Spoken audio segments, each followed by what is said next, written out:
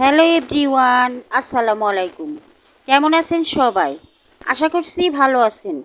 আজকে আমার রেসিপি হলো আলু টমেটো দিয়ে শোল মাছের তরকারি। আশা করছি রেসিপিটি আপনাদের ভালো লাগবে। তাহলে দেখতে থাকেন, আমার সাথেই থাকেন।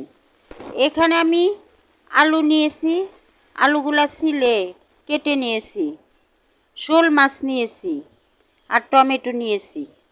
এই আলু টমেটো দিয়ে শোল মাছের তরকারি রান্না করে আপনাদেরকে দেখাবো। চুলায় চলে গেলাম। চুলায় কড়াইয়ের মধ্যে পেঁয়াজ কাঁচামরিচ দিয়ে দিলাম।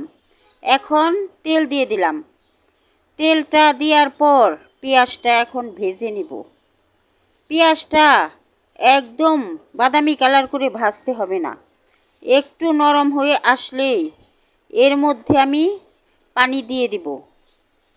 পেঁয়াজটা ভাজা হয়ে গেছে, এখন এর মধ্যে আমি অল্প পানি দিয়ে দিলাম যাতে পেঁয়াজটা পুড়ে না যায়। এখন এর মধ্যে মশলা দিব।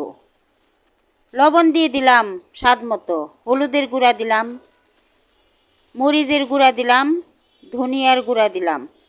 এখন এর মধ্যে আদা রসুন বাটা দিয়ে দিলাম। আদা রসুন বাটা দেওয়ার পর আমি নেড়ে চেড়ে মশলাগুলা পানির সাথে মিশিয়ে নিলাম।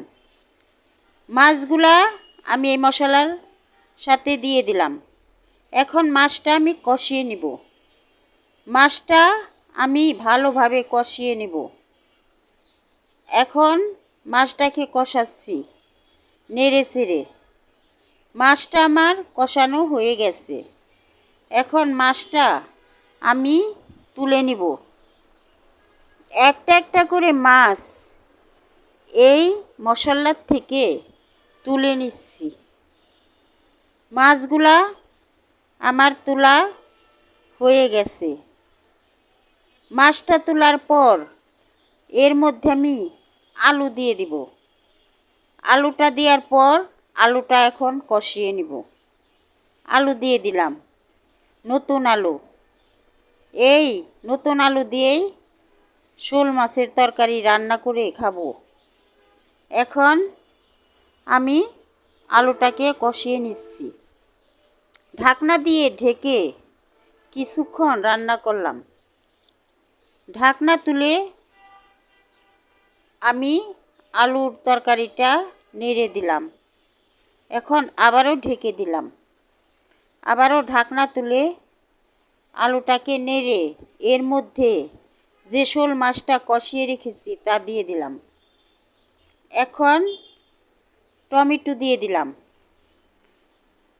এখন নেড়ে চেড়ে এর মধ্যে পরিমাণ মতো ঝোল দিয়ে দিব। পরিমাণ মতো আমি ঝোল দিয়ে দিলাম। ঝোলটা দেওয়ার পর আমি 1 চামচ জিরা বাটা দিয়ে দিলাম। এখন নেড়ে চেড়ে ঢাকনা দিয়ে ঢেকে 3-4 মিনিট রান্না করব। ঢাকনা দিয়ে ঢেকে দিলাম। 3-4 মিনিট পর ঢাকনা তুলে তরকারিটাকে আমি নেড়ে দিলাম। এখন আবারও ঢেকে দেব 2-3 মিনিটের জন্য। আবারও ঢেকে দিলাম 2-3 মিনিটের জন্য। 2-3 মিনিট পরে ঢাকনা তুলে তরকারিটাকে নেড়ে দিলাম। এখন এর মধ্যে আমি কিছু ধনিয়া পাতা দিয়ে দিলাম। ধনিয়া পাতা দেওয়ার পর আমি 4-5 মিনিট রান্না করব। ঝোলটা অনেক আছে, ওই কারণে 4-5 মিনিট রান্না করব। 4-5 মিনিট পর ঢাকনা তুলে তরকারিটাকে নেড়ে দিলাম। এখন তরকারিটা রান্না আমার হয়ে গেছে।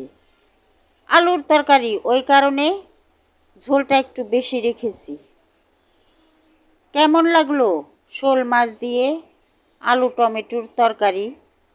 যদি আমার রেসিপিটি ভালো লাগে তাহলে আমাকে একটা লাইক দিয়ে সাবস্ক্রাইব করে আমার পাশে থাকবেন। আল্লাহ হাফেজ।